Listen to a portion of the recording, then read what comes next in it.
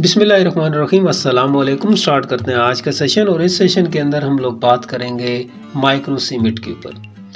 अक्सर औकात स्टूडेंट कुछ साल पहले की बात है जब पूछ रहे होते थे कि माइक्रो सीमेंट क्या है और माइक्रो सीमेंट का इस्तेमाल कहाँ कहाँ पर होता है। ठीक है, तो उनको याद होगा कि हमने इसकी पूरी तफसील पर बात की थी, लेकिन मैंने कहा कि इसके ऊपर एक पूरी वीडियो बना दी जाए जिसका दूसरे लोगों को भी फ़ायदा हो।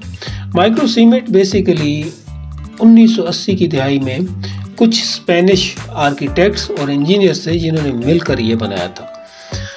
दिखने में बहुत ज़्यादा ये आपको सादा लगेगा, लेकिन ये पायदार बहुत ज़्यादा है, ये बहुत ज़्यादा खूबसूरत है। ये दिखने में आपको मिनिमलिस्ट लगेगा, लेकिन एक चीज़ मैं आपको बताऊं कि ये देखने वाले की नज़र होती है, इसमें बिल्डिंग्स थोड़ी सी हिस्टोरिकल भी लगती हैं। अच्छा, इसका मकसद क्या था? इसका मकसद ये था बनाने का कि जदीद यानी कि जो मॉडर्न आर्किटेक्चरल है उसके अंदर इसका इस्तेमाल किया जाए और बिल्डिंग्स को मज़ीद सेमलेस और लग्जरी लुक प्रोवाइड की जाए।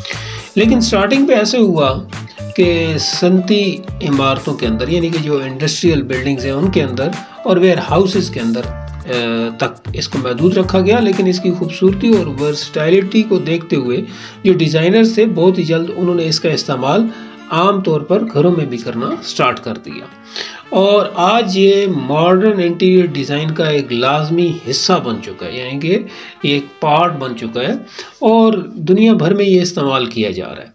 ठीक है, लेकिन इसकी मकबूलियत यानी कि पॉपुलैरिटी की जो खसूसियात हैं वो क्या है, मैं थोड़ी सी आपके साथ शेयर कर देता हूँ। दिखने में ये सेमलेस है और ख़ूबसूरत लुक देता है। ठीक है, बहुत ही डिसेंट किस्म की लुक आती है, हाई ड्यूटी है, वाटरप्रूफ है, इजी टू क्लीन है, इको फ्रेंडली है।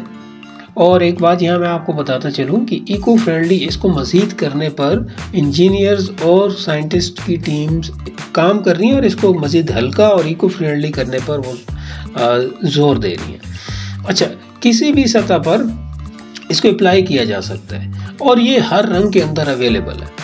अच्छा, ये इस्तेमाल कहाँ पर इंटीरियर्स के अंदर होता है, क्योंकि हमारा मेन फोकस ये था कि इसका इंटीरियर में इस्तेमाल कहाँ है और इसका एलिवेशन में इस्तेमाल। ठीक है, तो अगर फसाड देखा जाए यानी कि घर की एलिवेशन देखी जाए तो वहाँ पर इसका इस्तेमाल बहुत ज़्यादा किया जा रहा है, लेकिन अगर इंटीरियर के अंदर देखा जाए तो ये फ्लोरिंग के अंदर, ये वॉल्स के अंदर, ये किचन के काउंटर टॉप्स जो होते हैं उनके अंदर और ये बाथरूम्स में, स्विमिंग पूल्स में, इवन के यहाँ तक अगर आप देखें कि ये फर्नीचर के ऊपर भी इसका इस्तेमाल किया जा रहा है।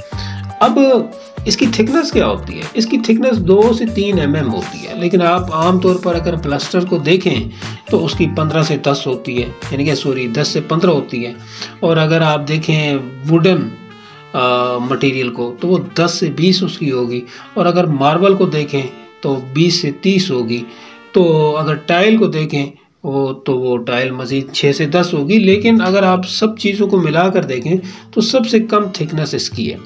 पाकिस्तान में इसका इस्तेमाल आजकल कुछ घरों में किया जा रहा है, ऑफिसेज में भी किया जा रहा है और होटल्स के अंदर भी किया जा रहा है। ठीक है, अगर आप देखें तो लाहौर, कराची, इस्लामाबाद में इसका इस्तेमाल आपको आम मिलेगा।